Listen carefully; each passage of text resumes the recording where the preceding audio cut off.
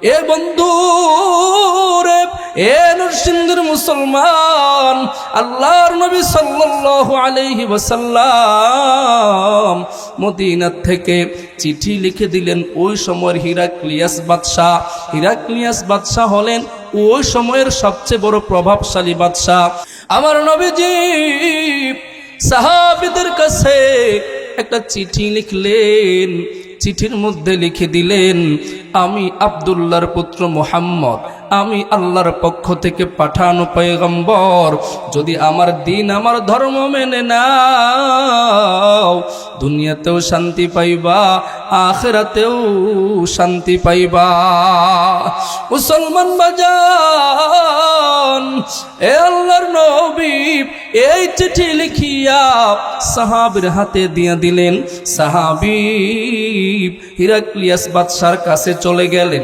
বাদশার সামনে যখন চিঠিটা দিয়ে দিলেন, লম্বা ঘটনা বাজান, সংক্ষেপ করে বলতেছি মুসলমান বাজান রে আমার, সাহাবী হিরাক্লিয়াস বাদশার কাছে গিয়া চিঠিটা যখন দিয়া দিলেন, বাদশা জাহাপনা, আল্লাহর নবীর পক্ষ থেকে আমি এসেছি, এই যে চিঠিটা তিনি লিখেছেন, এই চিঠিটা দেখেন, আপনি আপনার জন্যই পাঠিয়েছেন। বাদশা চিঠিটা মালাইয়া দেখে কোন আরবের এক রাখাল মুহাম্মদ নামক এক ব্যক্তি আমার কাছে চিঠি লিখলো। এত বড় বাদশাহ আমি, এত বড় প্রভাবশালী ব্যক্তি আমি, আমার কাছে চিঠি লিখে কত বড় সাহস, এত বড় সাহস তার কেমনে হইল? ওই বাদশাহ রাগে রাগান্বিত হইয়া চিঠিটাকে চিরে টুকরো টুকরো করে ফেলে। শুধু চিঠিটাকেই ছিঁড়ে না, যে সাহাবী ওই বাদশার কাছে চিঠি নিয়ে গিয়েছিল, ইতিহাস সাক্ষী, ওই সাহাবীকেও বাদশা নির্মম ভাবে শহীদ করে দেয়। মুসলমান বাজান, আল্লাহর নবীর কাছে যখন এই সংবাদটা আসলো, নবী গো, আমাদের তো ওই ভাইকে হিরাক্লিয়াস বাদশা শহীদ করে দিয়েছে। নবী, আমরা এখন কি করব বলেন না? এটা তো কেমন পায়ে পাড়া দিয়ে ঝগড়া করা। এ মুসলমান, মনে রাখবেন, আপনি আমার সাথে শত্রুতা আছে, থাকতে পারে, কিন্তু আমি যখন আপনার কাছে আমার পক্ষ থেকে কোনো দুধকে পাঠাবো, আপনি আমার রাগ ওই দুধের উপরে ঢালতে পারবেন না। বিসমিল্লাহির রহমানির রহিম।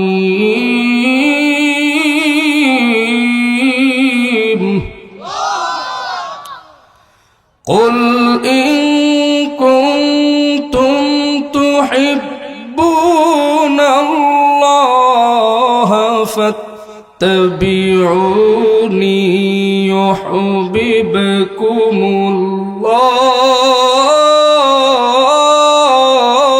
الله فاتبعوني يحببكم الله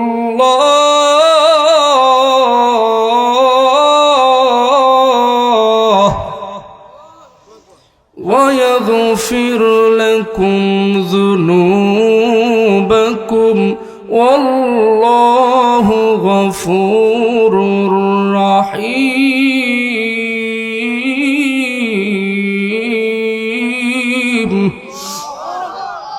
মুসলমান বাজান, গভীর মনোযোগ দিয়ে শুনবেন রে বাবা। নরসিংদীর মুসলমান আমার, আল্লাহ এই আয়াতের মাধ্যমে জাতিকে, উম্মতকে, বান্দাদেরকে একটা মেসেজ দিয়ে দিলেন, বান্দারা রে আমার, নবী আপনি আপনার আদরের উম্মতদেরকে বলে দেন। কি বলে দিবেন? আল্লাহ বলেন, কুল, হে নবী আপনি বলেন, ইন কুনতুম তুহিব্বুনাল্লাহ, ও নবী গো, বান্দা হিসাবে সবাই আমি রবকে ভালোবাসতে চাই, আপনি একজন হিন্দুকে জিজ্ঞাসা করবেন, সেও বলবে সৃষ্টিকর্তাকে ভালোবাসি। একজন খ্রিস্টানকে প্রশ্ন করবেন, সেও বলবে সৃষ্টিকর্তাকে ভালোবাসি। আপনি যত মানুষ দুনিয়াতে আছে, যত ধর্মের মানুষ দুনিয়াতে আছে, যাকে জিজ্ঞাসা করবেন সে বলবে তার সৃষ্টিকর্তাকে ভালোবাসি। আল্লাহ বলেন, বন্ধু আপনি বলে দেন তাদের ভালোবাসাটা আমার কাছে তখনই গ্রহণযোগ্য হবে। ভালোবাসবে সবাই বলবে ভালোবাসি ভালোবাসি, কিন্তু ভালোবাসাটা আমার কাছে গ্রহণযোগ্যতা পাবে না। কখন পাবে? ফাত্তাবিউনি, যখন এই মানুষগুলো আপনি নবীর অনুসরণ করবে। এ বন্ধু,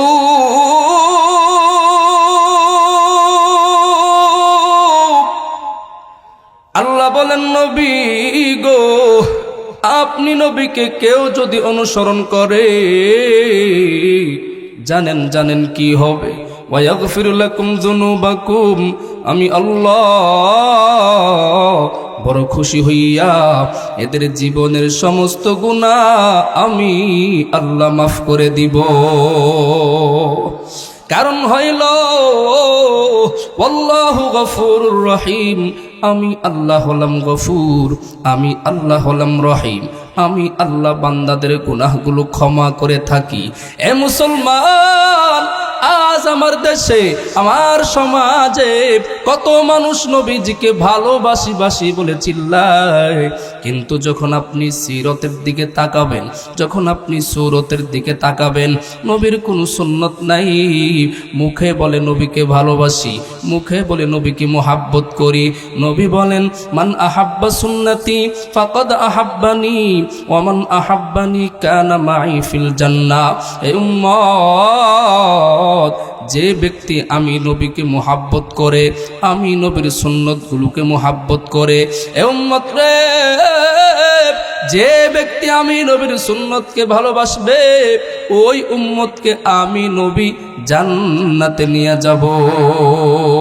কানা মাই ফিল জান্নাহ, সে আমার সাথে জান্নাতে থাকবে। মাই আমার সাথে থাকবে। এবার যান, সাহাবীরা আল্লাহর কাছে এমনিতেই দামি হয় নাই। সাহাবীদের সবচেয়ে বড় একটা বৈশিষ্ট্য ছিল, সাহাবীরা সর্বক্ষেত্রে চিন্তা করতেন নবীজি এই কাজটা কেমনে করছেন, আমি আপনি এইগুলোর দিকে খেয়াল করি না। সাহাবায়ে কেরাম নবীজিকে সব সময় ফলো করতেন, ভালোবাসতেন, অনুসরণ করতেন। কেমন অনুসরণ করতেন জানেননি? সিরাতের কিতাবে পেয়েছি, কালো একটা নেগ্রো সাহাবী, চেহারা একেবারে কালো, হাবশা এলাকার মানুষ, হাবশার মানুষদেরকে যারা দেখেছেন গো, তাদের চেহারা অনেক কালো, চেহারার কোনো ডক নাই, কোনো সুন্দর নাই, ঠোঁটগুলো মোটা মোটা, একেবারে চেহারার রং ফ্যাকাশে, চুলগুলো একেবারে সুন্দর না। হাবশা এলাকার একজন সাহাবী নবীকে কত ভালোবাসতেন, কত অনুসরণ করতেন। বাজান রে, দিলটা নরম করে দিয়ে শুনবেন রে বাবা, সাহাবীরা এমনি সাহাবী হয় নাই, সাহাবীরা এমনি নবীর এত আপন হয় নাই, আল্লাহর জান্নাত দুনিয়াতে এমনি পাই নাই। বাজান রে, দিলটা নরম করে দিয়ে শুনেন রে বাবা, সাহাবী নবীর অনুসরণ করে, অনুকরণ করে, নবী যেইভাবে হাঁটে ওই সাহাবীও সেইভাবে হাঁটতে চায়। নবী যেইভাবে খায় ওই সাহাবীও সেইভাবে খায়, নবী যেইভাবে চলাফেরা করে ওই সাহাবীও ঠিক সেইভাবে চলাফেরা করে। নবীর মতো সব কিছু সাহাবী অনুসরণ করে, কিন্তু বাজান একটা জায়গায় এসে সাহাবীর অনুসরণটা হয় নাই। আমার নবী মাথায় যখন তৈল দিয়ে আছড়াইতেন, মাথার চুলগুলো দুই দিকে চলে যেত, মাঝখান দিয়ে সুন্দর একটা স্মৃতি হয়ে যেত। বন্ধুরে, ওই নিগ্রু সাহাবী আয়নার সামনে যখন দাঁড়ায়, দেখে তার চুলগুলো তো নবীর মতো হয় না। কারণ কালো মানুষের মাথার চুলগুলো দেখবেন কেমন আঁকাবাঁকা, মাথার চুল নবীজির মতো করতে চায়, কিন্তু চুলগুলো নবীর মাথার মতো হয় না, নবীর চুলের মতো হয় না। সাহাবী মনে বড় ব্যথা, মনে বড় কষ্ট। নবীর উম্মত কেমন ভালোবাসতেন সাহাবীরা আমার নবী। নেগ্রো কালো সাহাবী একটা লোহা হাতে নিল, লোহাটারে আগুনে গরম কইরা যখন লোহাটা টকবকে লাল হয়ে গেছে, ওই লোহাটাকে নিয়া মাথার মাঝখানে ধরে দিয়েছে। বন্ধুরে, সাহাবী গরম লোহা যখন মাথায় ধরে, মাথার চুলগুলো পুরো যায়, দুই দিকে চুলগুলো কেমন যেন ফাঁকা হয়ে যায়, মাঝখানে স্মৃতি হয়ে যায়। বন্ধুরে, সাহাবীরে প্রশ্ন করে আরেকজন, কিরে ভাই তুই কি পাগল হয়ে গেলি? তুই কি ব্যথা পাও না? তুই যে এমন করো, তোর কি একটু ব্যথা লাগে না? সাহাবী ডাক দিয়া কয়, বন্ধুরে ব্যথা তো পাই ঠিকই, কিন্তু নবীর মাথার মতো আমার মাথাটা হয় না।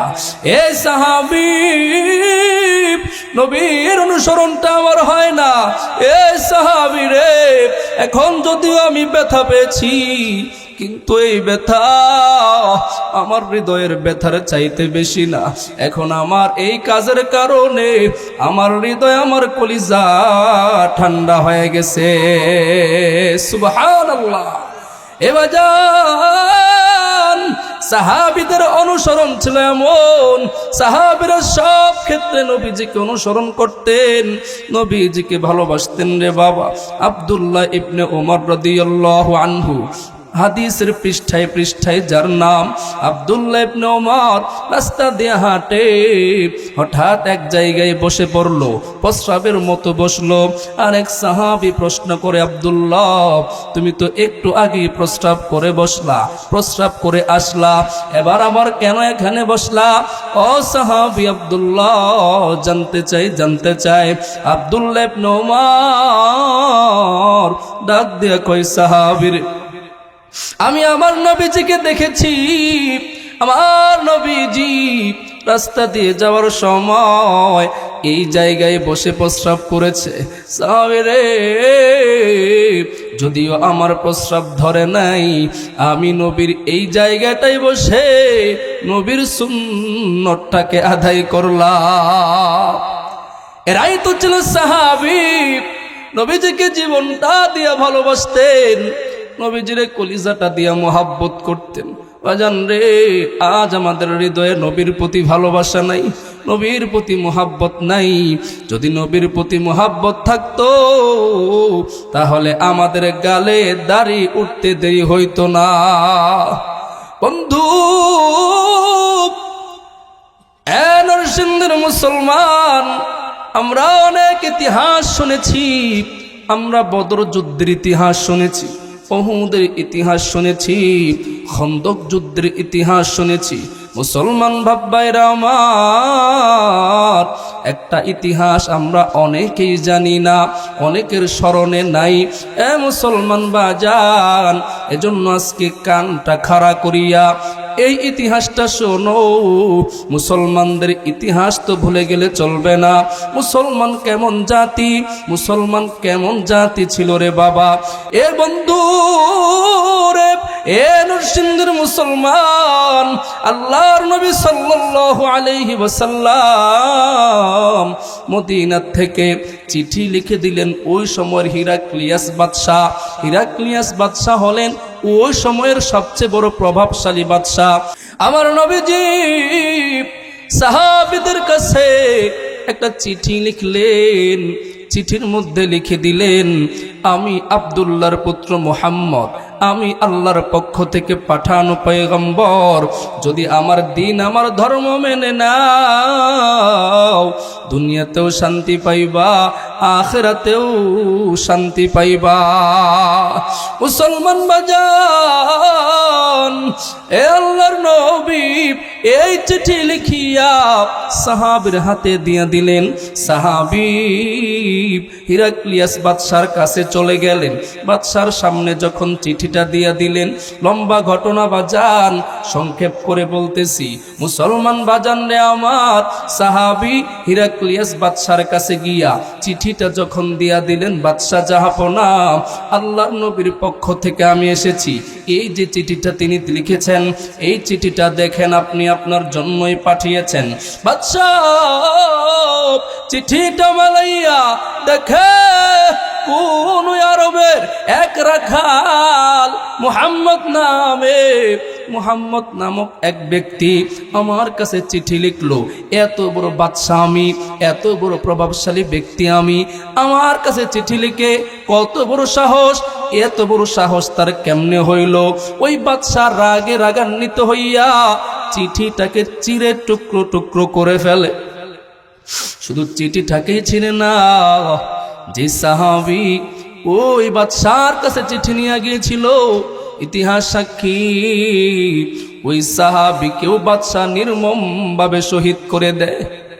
মুসলমান বাজান, আল্লাহর নবীর কাছে যখন এই সংবাদটা আসলো, নবী গো, আমাদের তো ওই ভাইকে হিরাক্লিয়াস বাদশা শহীদ করে দিয়েছে, নবী আমরা এখন কি করব বলেন না? এটা তো কেমন পায়ে পাড়া দিয়ে ঝগড়া করা। এ মুসলমান, মনে রাখবেন, আপনি আমার সাথে শত্রুতা আছে থাকতে পারে, কিন্তু আমি যখন আপনার কাছে আমার পক্ষ থেকে কোনো দুধকে পাঠাবো, আপনি আমার রাগ ওই দুধের উপরে ঢালতে পারবেন না। মুসলমান বাজান রে, আল্লাহর নবী এই সংবাদ শোনার পরে মসজিদে নববীতে চলে গেলেন, সব সাহাবীদেরকে ডাকলেন, সাহাবীরা, আমার অমুক প্রাণ প্রিয় সাহাবীকে হিরাক্লিয়াস বাদশা শহীদ করে দিয়েছে, সাহাবীরা আসো, মসজিদে নববীতে আসো। সব সাহাবীরা মসজিদে নববীতে চলে আসলেন। মুসলমান বাজান, দেখেন না কি এমন ইতিহাস বাজান রে, আল্লাহর নবী সব সাহাবীদেরকে একত্রিত করিয়া নবী আমার বলতেছেন, সাহাবীরা রে, আমরা সংখ্যায় যদিও কম, কিন্তু তাদের বিরুদ্ধে জিহাদ করা লাগবে। ও সাহাবীরা, তোমরা কি রাজি আছো? 3000 সাহাবী মসজিদে নববীতে একত্রিত হইয়া নবীকে বলে, নবী গো, আমরা জীবন দিয়েও জীবন যদি আমাদের চলে যাবে, কিন্তু আমাদের ভাইয়ের প্রতিশোধ অবশ্যই আমরা নিব। ও নবী গো, আপনি আদেশ করেন, আমাদের কি করা লাগবে? নবী আমার সাহাবীদেরকে একত্রিত করিয়া এই 3000 সাহাবীর মধ্যে 3 জনকে সেনা প্রধান বানাইলেন। মুসলমান বাজান রে, মনে রাখবেন, একটা যুদ্ধের জন্য সেনা প্রধান প্রয়োজন হয় একজন। বলেন কয়জন? কথা বলেন কয়জন? একজন সেনা প্রধান দরকার, কিন্তু নবী আমার সেনা প্রধান বানাইলেন 3 জন। প্রথম দাঁড় করাইলেন যায়েদ ইবনে হারেসা। কই তুমি দাঁড়াও। যায়েদ ইবনে হারেস লাব্বাইকা ইয়া রাসূলুল্লাহ দাঁড়াইয়া গেল। 2 নম্বর নবী বললেন জাফর ইবনে আবি তালিব, তুমি কই দাঁড়াও। জাফর ইবনে আবি তালিব লাব্বাইকা ইয়া রাসূলুল্লাহ বলে দাঁড়ায়া গেল। 3 নম্বর আব্দুল্লাহ ইবনে রাওয়াহা, তুমিও দাঁড়াও। 3 জনকে নবী দাঁড় করাইলেন। নবী স্পষ্ট ভাবে বলেই দিলেন, ও যায়েদ, যদি তুমি এই যুদ্ধে শাহাদাত বরণ করো, তাহলে তোমার পরবর্তীতে সেনা প্রধানের দায়িত্ব পালন করবে আমার চাচাতো ভাই জাফর ইবনে আবি তালিব। জাফর ইবনে আবি তালিব, তুমি যদি শহীদ হয়ে যাও, তোমার পরিবর্তে তোমার স্থানে নেতৃত্ব দিবে আমার সাহাবী আব্দুল্লাহ ইবনে রাওয়াহা। নবীজি এটাও বলে দিলেন, এই 3 জন যদি শাহাদাত বরণ করে, তাহলে এ মুসলমান একটু ভাবতে পারেন, মরণ নিশ্চিত, শাহাদাত নিশ্চিত। নবী বইলা দিছে, নবীর জবান দিয়া বের হয়ে গেছে, আর কোনো ফিরার পথ নাই, এই যুদ্ধ থেকে আর ফিরতে পারবো না। নবী বললেন, সাহাবীরা যাও, তোমাদের স্ত্রী সন্তান আছে, তোমাদের মা বাবা আছে, তাদের থেকে বিদায় নিয়ে আসো। বন্ধুরে, 1 নম্বরে যায়েদ ইবনে হারেসা ডাক দিয়া কয়, নবী গো, আমার তো মাও নাই বাবাও নাই, ও নবী গো, আমার এই দুনিয়াতে আপনি ছাড়া কেউ নাই গো। যেহেতু আপনি আমাকে অর্ডার করছেন, আপনি আমাকে অনুমতি দিয়েছেন, আপনি তো আমাকে বলেই দিয়েছেন, আমার মা আয়েশা তো পর্দার আড়াল থেকে শুনে ফেলেছে, আমার আর কারো ঝাড়ে দেওয়ার দরকার নাই গো নবী। এ মুসলমান, একটু ভাবেন না, যেখান থেকে আসার আর কোনো রাস্তা নাই। সাহাবী কি পরিমাণ পাগল হয়ে গেছে, আমরা হইলে তো একটু সুযোগ নিতাম। যেহেতু নবী আমারে বলছে একটু বিদায় নেওয়ার জন্য, যা একটু ঘুরে আসি, এদিকে সেদিকে সময়টাকে নষ্ট করে আসি। সাহাবী বলেন, না না ও নবী, আমাকে সময় দেওয়ার কোনো প্রয়োজন নাই। দ্বিতীয় সাহাবী জাফর ইবনে আবি তালেব, কত বড় একজন সাহাবী, যিনি অনেক বছর ওই হাবশা এলাকাতে সফরে ছিলেন, হিজরতে ছিলেন। বন্ধুরে, মদিনাতে আসছেন, বেশি দিন হয় নাই। নবীর কাছাকাছি থাকার জন্য সাহাবী বড় আশা নিয়ে মদিনায় আগমন করলেন। ওই সাহাবী দৌড়াইয়া স্ত্রীর কাছে চলে গেলেন, বিবি রে, আর মনে হয় দেখা হবে না।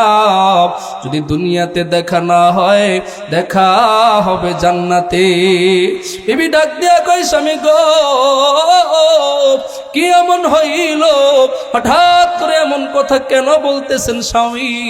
জাফর ইবনে আবি তালেব কয়, বিবি রে, নবী আমাদের 3 জন রে আমির বানাইছে, আমির দরকার একজন, নবী বানাইছেন 3 জন, তার মানে হইল আমরা 3 জন কেউ আর ফিরতে পারবো না। ও বিবি রে, তুমি আমার মাফ করে দিও,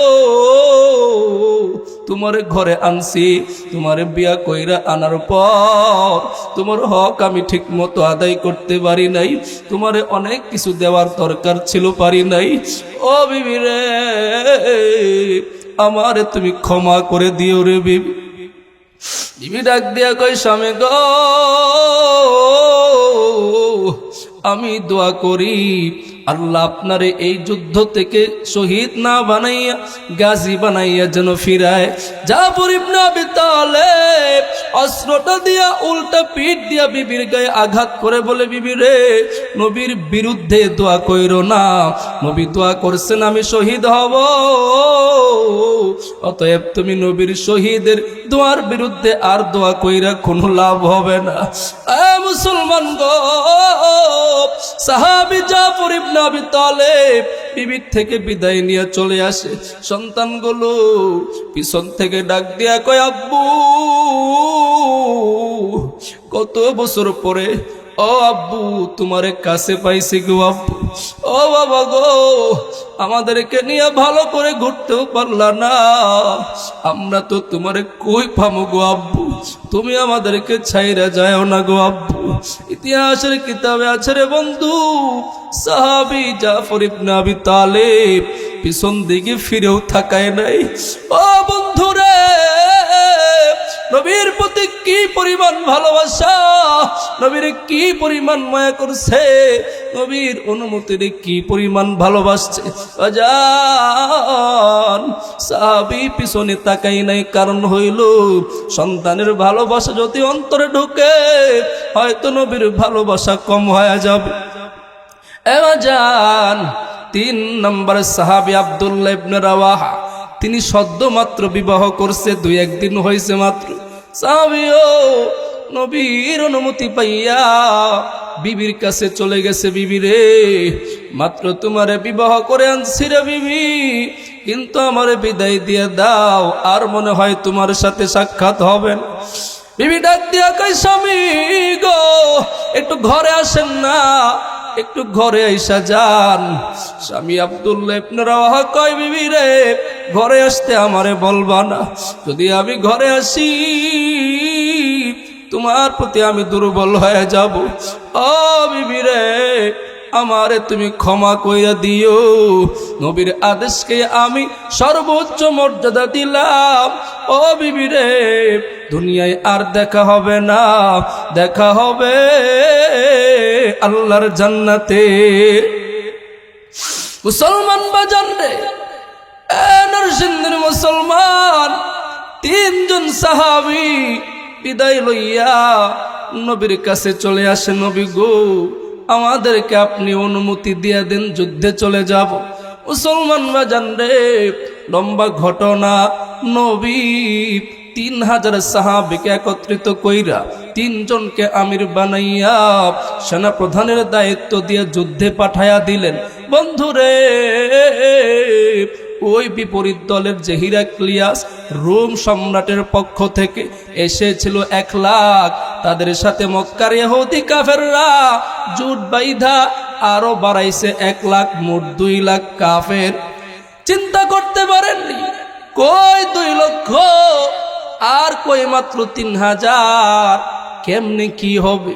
সাহাবীরা মুতার প্রান্তরে চলে গেল। মুতার প্রান্তরে গিয়া দেখে যে 2 লক্ষ ওই কাফের সৈন্যরা, আর মাত্র দিক দিয়ে 3000 সাহাবী। কেমনে সম্ভব? সাহাবীদের মনে কিছুটা সংকীর্ণতা চলে আসে। আব্দুল্লাহ ইবনে রাওয়াহা দাঁড়াইয়া ডাক দিয়া কই, সাহাবীরা, তোমাদের মনে কিসের এই সংকীর্ণতা? যুদ্ধ তো সংখ্যা দিয়া হবে না, যুদ্ধ তো হবে আমাদেরকে দিয়া। বিজয় দেওয়ার মালিক তো আরশের মালিক আল্লাহ। ও সাহাবীরা, তোমরা ভয় করবা না, আল্লাহর জন্য জিহাদ করতে থাকো, আল্লাহ অবশ্যই আমাদেরকে বিজয় দিয়া দিবে।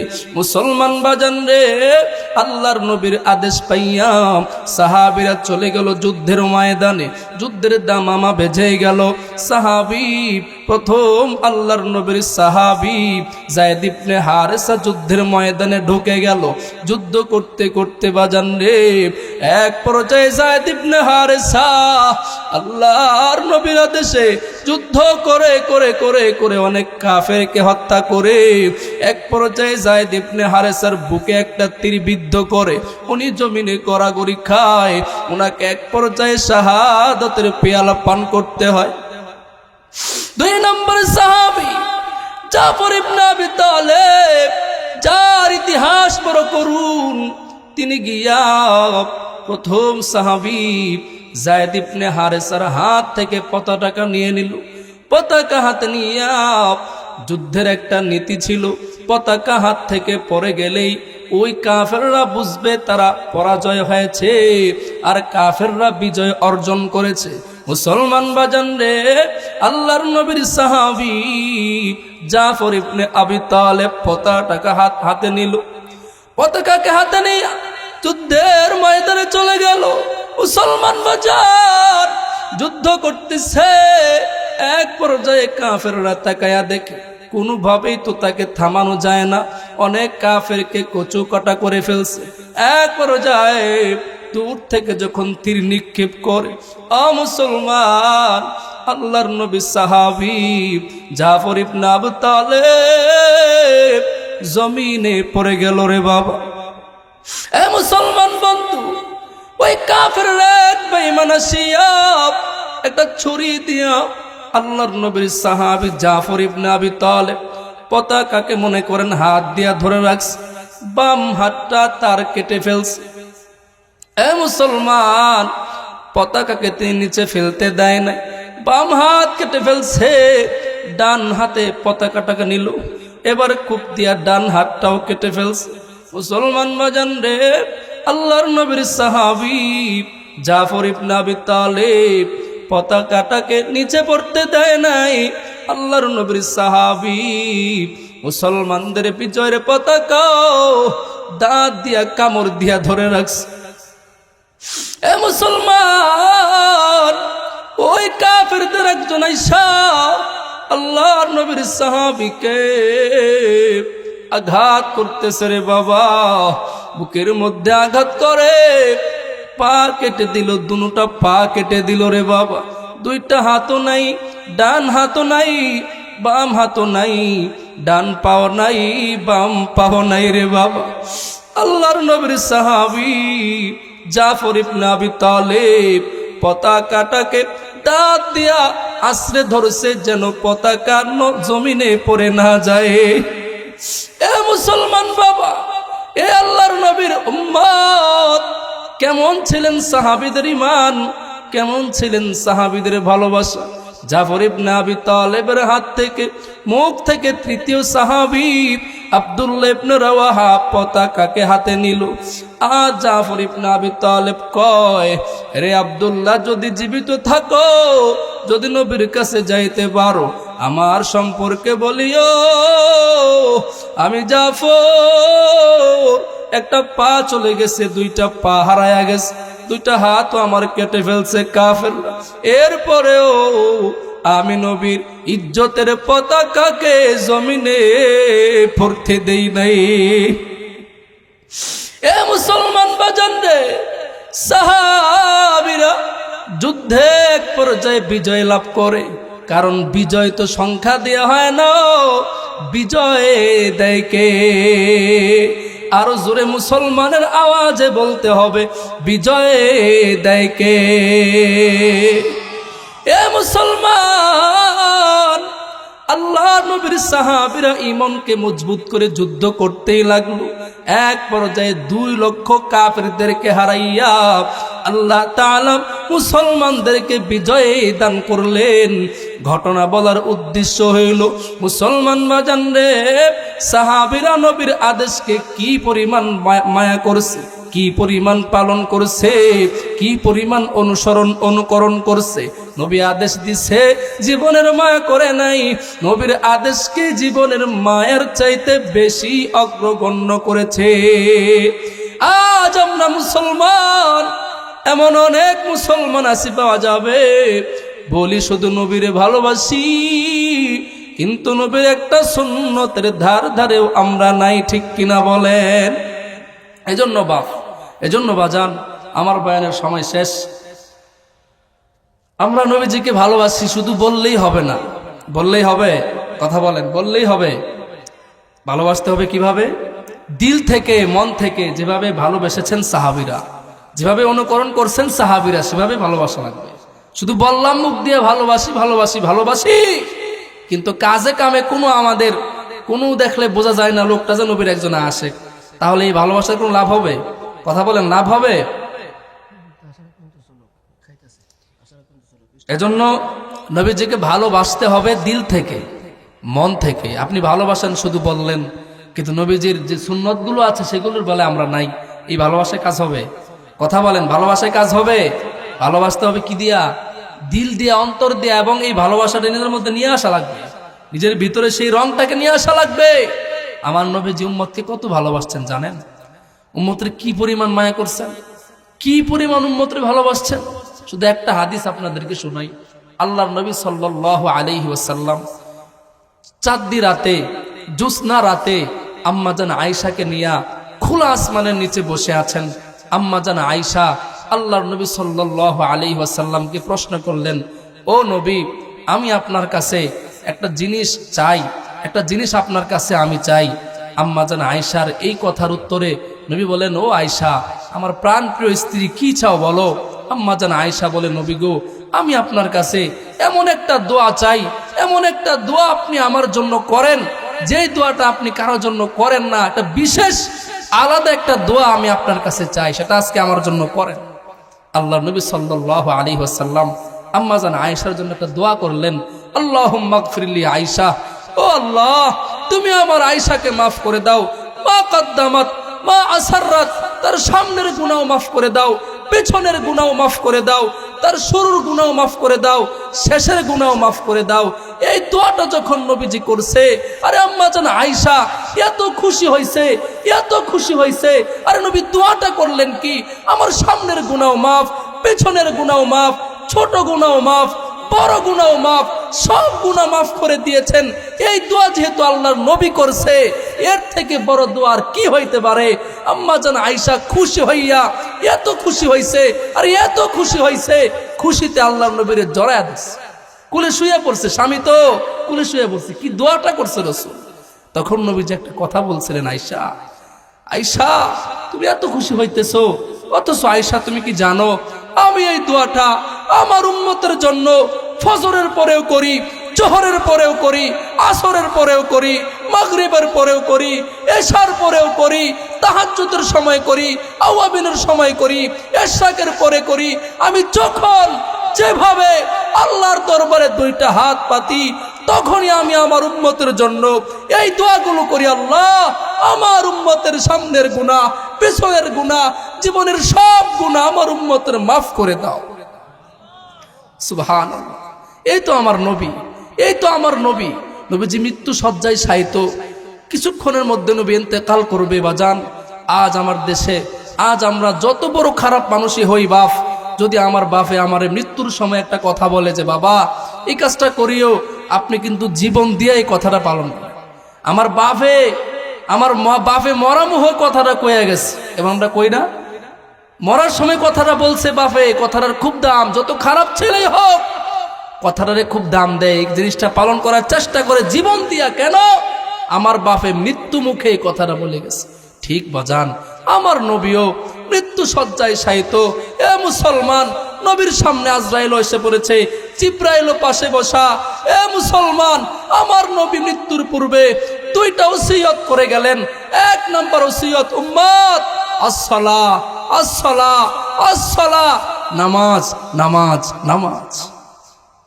উম্মত নামাজটারে ছাইরো, নামাজরে হেফাজত করো উম্মত। আর যাই কিছু করো, তোমার নামাজ ঠিক তো তোমার সব ঠিক, নামাজে গরমিল তো তোমার সব কিছু গরমিল। আজ মসজিদের মাইকে আজান হয়, মসজিদে হাইয়া আলাস সলা বলে, হাইয়া আলাল ফলা বলে, আপনি সুজাবা হাঁটেন। এমন ঘাওরা ঘাটতের আর কেউ আপনার এই ঘাড় সোজা করবো একদিন, আপনার এই ঘাড় ঠিকই সোজা হবে। এজন্য বাপ এখনই বুঝতে শিখেন। আজ তোমার মোবাইলে একটা মিস কল আসলে, একটা কল আসলে তুমি টের পাও, খবর পাও কে আমারে ফোনটা দিছে, সাথে সাথে তুমি কলের ব্যাক করো, ফোনটাকে ব্যাক করো, তাকে উল্টা একটা কল করো। মুসলমান 5 বার এই মসজিদ থেকে আল্লাহর পক্ষ থেকে মুয়াজ্জিন ডাকে, আসো নামাজের দিকে, আসো কল্যাণের দিকে। আল্লাহ সবচেয়ে বড়, আল্লাহ সবচেয়ে বড়। 5টা বার তোমারে ডাকে, অথচ মুসলমান তোমার একটা বারও ডাকে কোনো সাড়া দিলা না। কেমন মুসলমান তুমি, কেমন মুসলমান তুমি? একটু ভাবো তো। আজ এখানে কত মানুষ বসছেন, মুরব্বী বাবারা আছেন, যুবক ভাইরাও আছেন। এমন মানুষ তো এখানে আছেন ফজরও পড়েন নাই, জোহরও পড়েন নাই, আসরও পড়েন নাই, মাগরিবও পড়েন নাই, ঈশাও পড়েন নাই, খুদাই বাঁচাইলে ফজরও পড়বেন না। কি লাভ বলেন? এই বয়ান শুনেই কি লাভ, আর এই বয়ান দিয়েই কি লাভ, যদি আমাদের মধ্যে এতটুকু ফায়দা না আসে?